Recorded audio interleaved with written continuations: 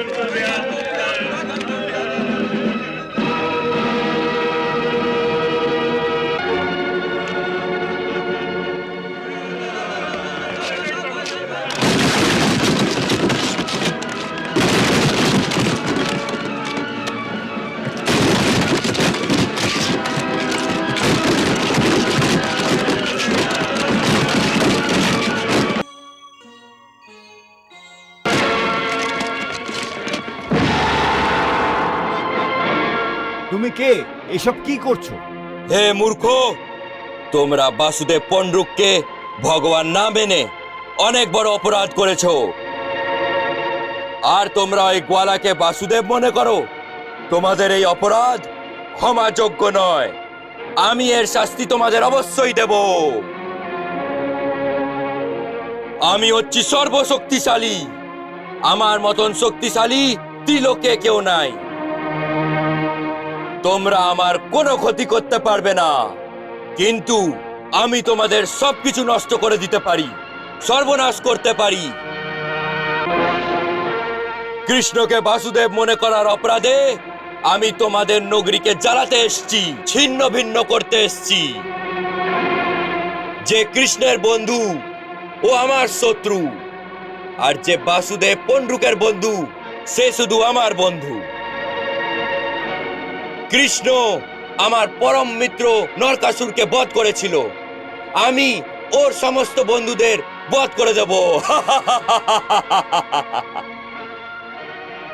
হে রাজা, বল বাসুদেব পন্ডরুকের জয় হোক। বাসুদেব শ্রীকৃষ্ণের জয়। জয় হোক। হ্যাঁ, সৈনিকরা মারো একে।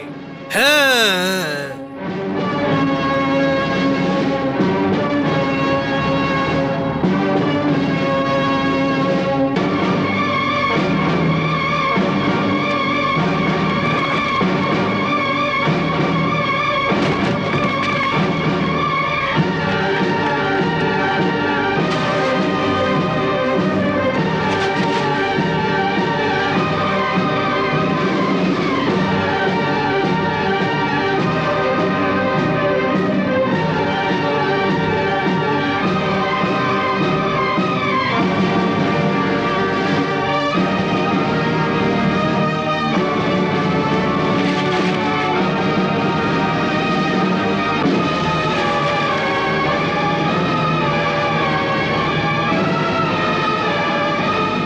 স্বামী বাসুদেব পন্ডরুক, যে আপনাকে বাসুদেব বলতে অস্বীকার করবে আমি ওর সর্বনাশ করে দেব।